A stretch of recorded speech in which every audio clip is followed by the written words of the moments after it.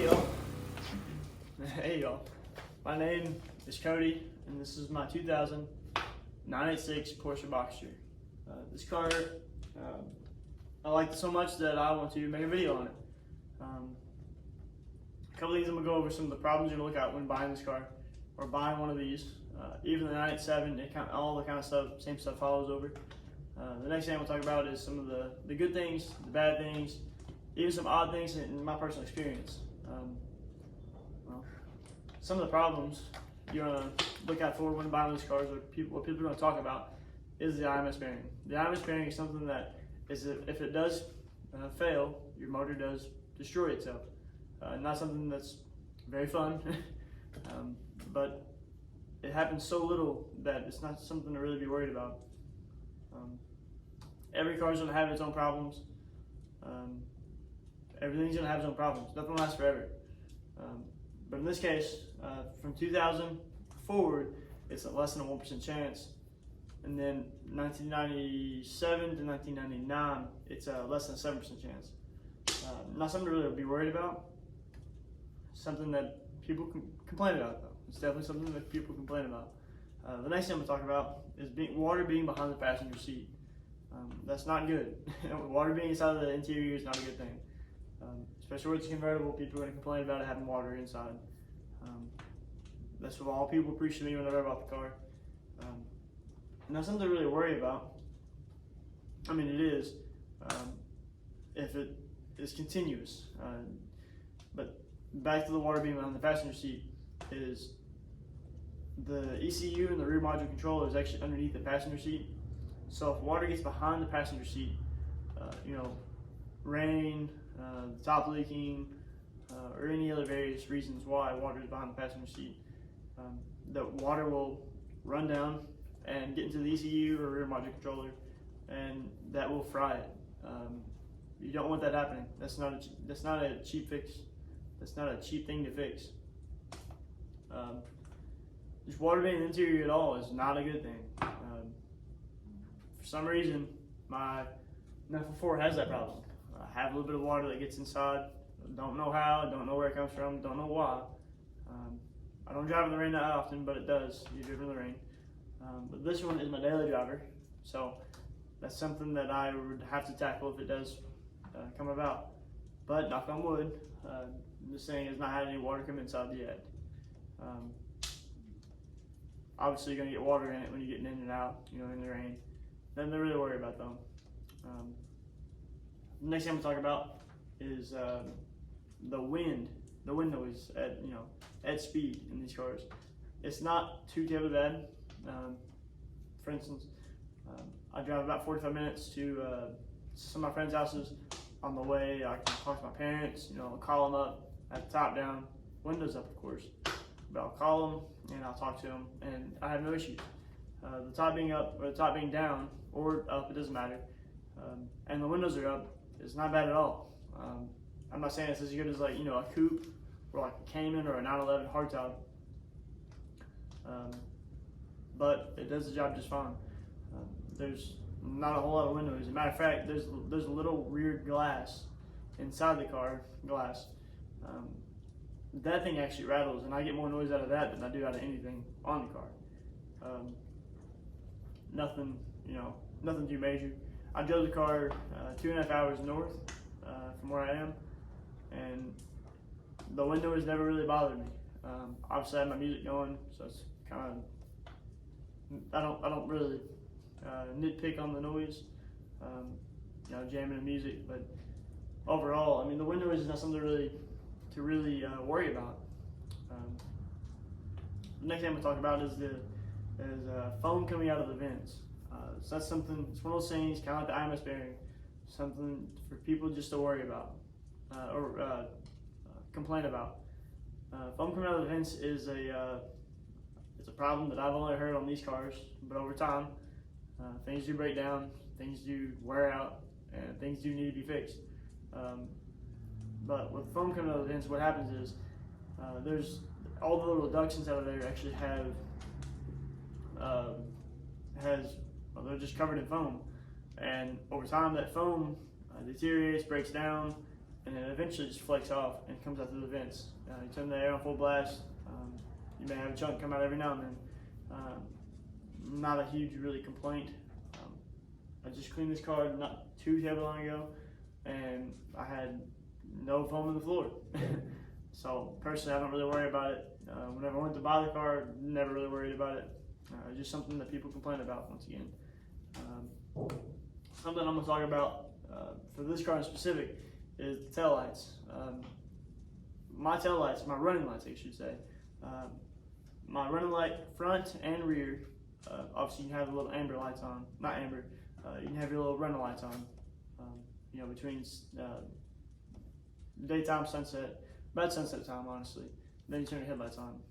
Not something that I've really worried about, although legally it is wrong. I have had a tail light out since I pretty much bought the car, and I just now recently figured out why. The actual switch on the inside, the points on the inside actually get corroded, or whatever the case is. Over 20 years, stuff goes bad. So that's something you expect with this car anyways. Is stuff like the taillights and the running lights are going to need some attention. But with this car, knock on wood, there ain't a whole lot of stuff that actually went wrong just because of age. These cars are really, really well designed, and they run really, really well. Yeah, that's really all the main problems I'm gonna get into about this video, or well, that's all the main problems I'm getting into about these cars in this video. But yeah, let's move on to some of the good things about this car. All right, so some of the next things we're gonna talk about is some good things about the car. First thing I'm gonna talk about is this top. This top is really good actually. Wind noise is, I talked about before, it's not too bad, but with the top down, it's a whole different experience. So with the top down, it's not, overly windy, nor is it unbearable.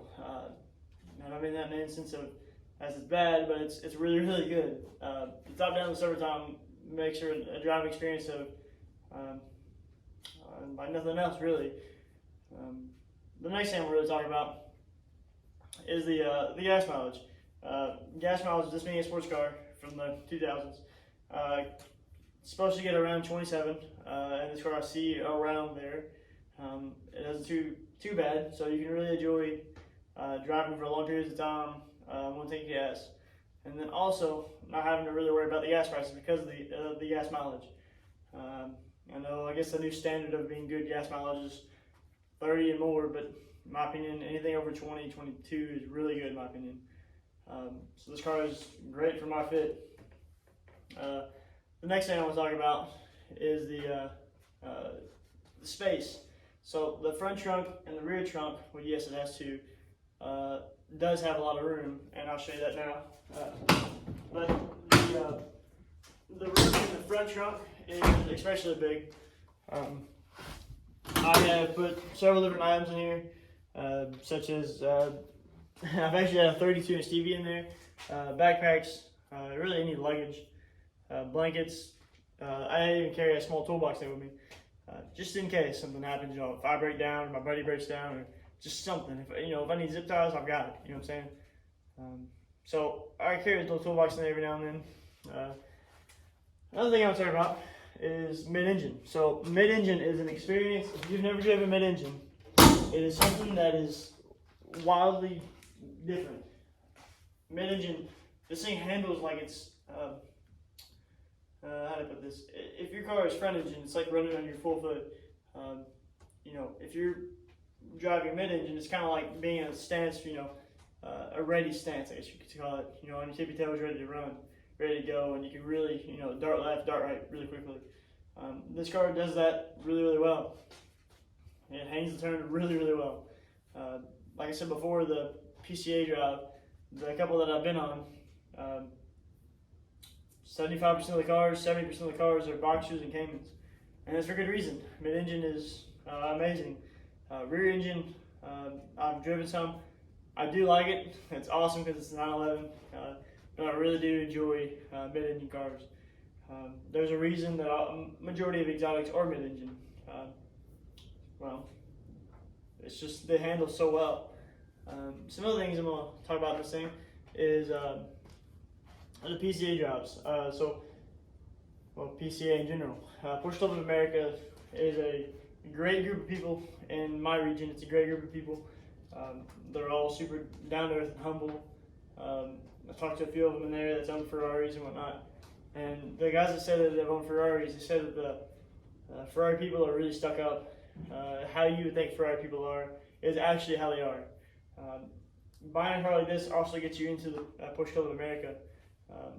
This thing being only under $10,000, it gets you into a great group of people with a great car, and in reality, you get to meet a lot of great new friends. All super good people. Yes, a lot of them are a little bit older than I am, but I don't see a problem with it. They're all a really good group of people, and they have really good heads on their shoulders. The next thing I'm going to talk about is replacing parts, buying new parts, stuff like that. So Porsche, they support their cars for upwards of like 50 years or maybe even longer than that. Don't quote me on that. But they support their cars for a long time, and which makes stuff like this even more enjoyable to own because, well, you can find parts for it. Yes, they're not going to be cheap, but you can buy parts for it if you need it. If you need a new fender, you can find it. Used or new. If you need a new hood, you can find it. Used or new. If you need a new water pump, you can find one used or new. You can find anything really, used and new. That's another thing great about Porsche. That's why the cars are so good in my opinion. Something else I want to touch on, as I touched on before, the handling of this car. The handling capabilities of this car is unmatched. As you can see, I'm a relatively young man. I haven't driven a whole lot of cars, but this car handles extremely well. And it's one of the best handling vehicles. It may not be one of the best looking, but it's one of the best handling vehicles I've ever been in my entire life. There's no back road that this thing can't tear up. It does a fantastic job, and there's no high speed that it can't hold. Like I said before, I've had it at 70, 75, 80, 85, even up to 95 comfortably.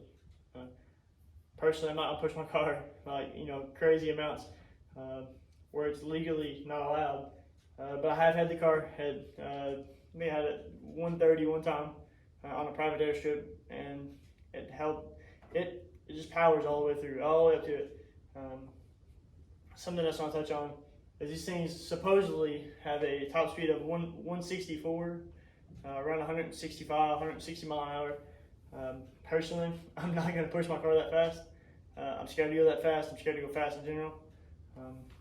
But this thing does a really, really good job what it's meant to do. In my other videos I've tried to make, I try to touch on the points of these cars are not meant to do burnouts and donuts and just hooning and stuff. But for what this thing's meant to do, it does really, really well. And that includes driving for long periods of time, and just being the build quality of this. And, it has its fair share of dents and dings on the hood, but overall this thing is built to last. They do a really good job. Porsche does a really good job with their cars. These things are over-engineered, some people might say. But as I say, you can't really over-engineer something. You can't over-engineer something. These things are incredible machines. It's an experience that's not matched. So yeah, meet me around the back for the bad things about the car. All right, now that we're around back, we'll talk about some of the bad things. One of the bad things I want to touch on, people complain about, once again, is the design of the rear. I think the rear looks good for what it's supposed to be, as there is a motor in the middle, in between here and the back of the seats. I think they've done a really good job with the designing of this car. Overall, I think the rear of this car looks great. Next thing I'll touch on is the spoiler. I'll show you that real quick.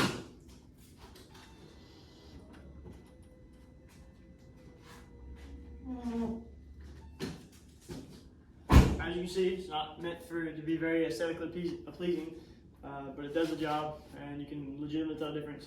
Around 80, 85 mile an hour, the car feels like it wants to roll faster. It's a hard experience to put into perspective, but it does make a huge difference. But back to some of the problems of this car. As I mentioned before, the IMS bearing. It's one of the main problems that people complain about. Personally, like I said before, I don't care. I don't care about that problem because it's so little of a chance that it's actually going to happen. The next thing that may get you to lean toward not buying one of these cars is there's only 2 seats. Yes, it does suck, but you're buying this car for fun and enjoyment, not to be a family car. It was never designed to be a family car. Look for a family car, buy a Panamera. Yes, they're more expensive, but buy a Panamera or buy a Cayenne, early 2000s type Cayenne.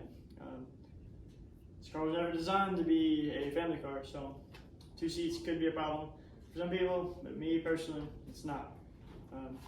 The next thing I'm going to touch on with this car in specific is problems-wise. This car is old. It does burn a little bit of oil. Not a huge problem.